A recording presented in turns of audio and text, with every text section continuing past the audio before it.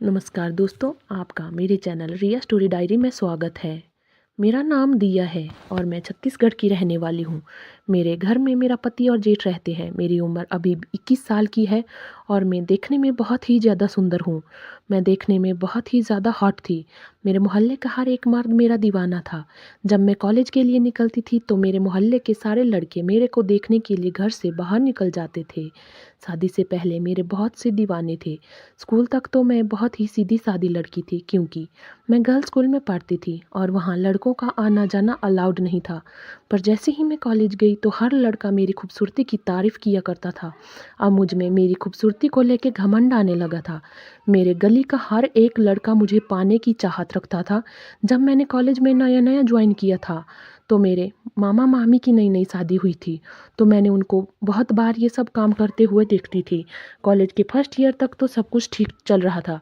मैं पढ़ाई में बहुत ही होशियार थी। मैंने साइंस रखा हुआ था। फर्स्ट ईयर तो मैंने अच्छे नंबरों के पास कर लिया।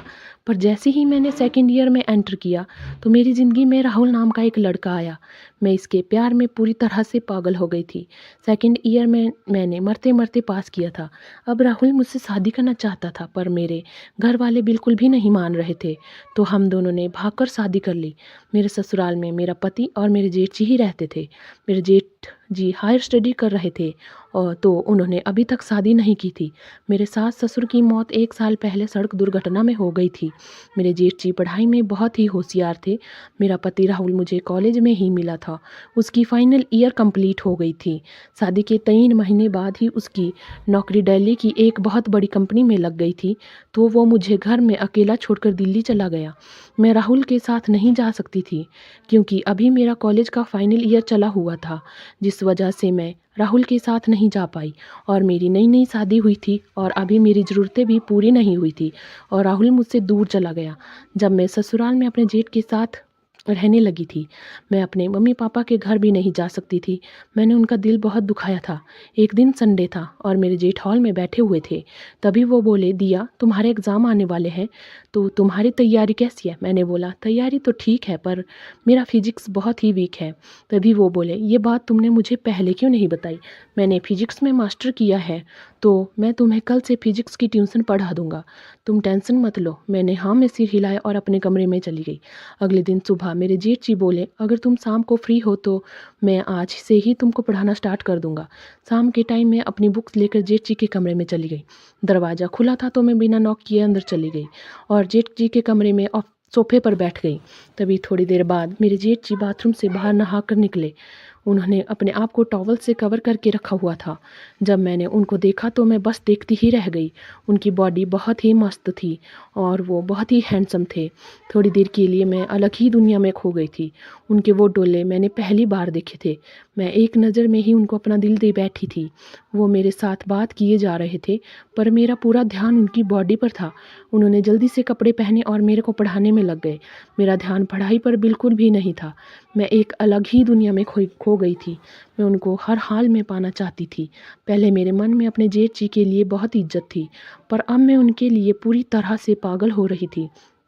अब मैंने उनके सामने छोटे छोटे कपड़ों में जाना शुरू कर दिया, पर वो मुझे बिल्कुल भी भाव नहीं दे रहे थे। मैंने सोचा, इस तरह से काम नहीं चलेगा। आखिर थे तो वो एक मर्द ही। पर मैंने उनको रिझाने की बहुत कोशिश की, पर वो मुझे देखकर अपना मुंह फेर लेते थे। अब मैंने उनको रिझाना बंद कर दिया था। मुझे साड़ी पहनना बहुत ही पसंद था, तो मैंने घर पर साड़ी पहनना शुरू कर दिया। एक दिन मैं अपने जेठ जी को चाय देने के लिए उनके कमरे में गई। जब मैं कमरे के अंदर गई तो वो अपने कमरे में नहीं थे। जब मैं थोड़ा आगे गई तो उनके बाथरूम का दरवाज़ा थोड़ा खुला था। उनके बाथरूम से अजीब अजीब सी आवाज़ें आ रही थी।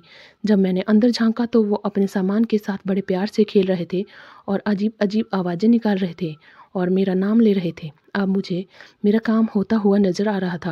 मैं चुपचाप से वहाँ से चली गई। मेरे जिन ने मुझे नहीं देखा था। मैंने अपनी साड़ी का पल्लू इस तरह किया जिससे कि मेरी कमर और नाभि साफ दिख रही थी। थोड़ी देर के बाद मैं पढ़ाई करने के लिए उनके कमरे में चली गई। आज मेरा पूरा ध्यान पढ़ाई पर था, पर मैंने नोटिस किया कि मेरे जेठ जी पूरी नज़र मेरी नाभि और कमर पर थी। मैं कुछ सवाल पूछने के बहाने उनके करीब चली गई और उनके करीब जाकर खड़ी हो गई।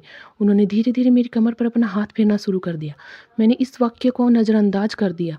तभी मेरे जेठ बोलते हैं, दिया मेरे सिर में बहुत तेज़ दर्द हो रहा है, तो क्या तुम मुझे चाय बना कर ले आओगी? मैं चाय बना कर ले आई। मैंने बोला, जेठ जी चाय पर उनका पूरा ध्यान नहीं मेरी कमर पर था, तो मैं जानबूझकर उनके सामने झुक गई ताकि मेरे दोनों महाराजाओं के दर्शन मेरे जेठ जी को हो जाए। मैंने डीप नेक ब्लाउज़ पहना हुआ था। उनका पूरा ध्यान मेरे दो महाराजाओं और मेरी कमर पर था। मेरे पति ने तो अभी मेरी ख्वाहिशें भी पूरी नहीं की थी और मुझे छोड़कर मुझसे बहुत दूर चले गए थे। एक दिन मैं अपने जेठ के पास चली गई और मैंने उनको पूछा, मैं अपनी बॉडी पर टैटू बनवाना चाहती हूँ, तो बॉडी के कौन से हिस्से पर बनवाऊँ? मेरी कमर पूरी की पूरी दिख रही थी।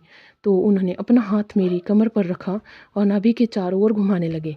मैं उनकी इस चुअन से मदहोश होती जा रही थी। मैं जल्दी से वहाँ से भागकर अपने कमरे में चली गई। दूसरे दिन मैं उनके सामने पिंक कलर की पारदर्शी साड़ी पहनकर चली गई और उनके सामने अनजान बनकर बैठ गई, जैसे मुझे उनके इरादों का कुछ पता ही ना हो। वो मेरी कमर को घूरे ही जा रहे थे। मैंने उनसे पूछा, जेठ जी आप क्या देख रहे हो? उन्होंने कहा, तुम्हारी कमर। मैंने अनजान बनते हुए अनसुना कर दिया। थोड़ी देर के बाद वो मेरे बहुत करीब आकर बैठ गए और अपने हाथों से मेरा हाथ ले लिया।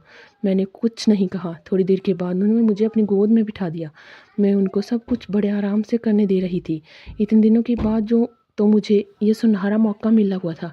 तभी वो बोले, दिया तुम मुझसे पूछ रही थी ना कि तुम टैटू कहाँ पर बनवाओगी? तो उन्होंने अपनी उंगली मेरी नाभि के अंदर घुसा दी। मैं पूरी तरह उनकी आगोश में खो जाना चाहती थी, पर तभी मैंने उनके हाथ को पकड़ लिया। उन्हें बात को टालते हुए, नाभि के चारों ओर टैटू तुम्हारी कमर पर 4 चाँद लगा देंगे। आज मैं तुमको पूरी तरह से बनाना चाहती थी। अब मुझसे बिल्कुल भी कंट्रोल नहीं हो रहा था। मैं कसकर उनके गले से लग गई। उन्होंने मुझे अपनी गोद में उठाया और अपने कमरे में ले गए और हम दोनों एक दूसरे को खूब प्यार दिया। अब मैं उनसे प्यार करने लगी थी, पर मुझे ऐसा लगा कि मैंने अपने पति के साथ बेवफाई की है। पर ऐसा कौन पति होता है जो अपनी नई नवेली दुल्हन को इस तरह से अकेला छोड़कर चला जाए? पर अब मैंने अपने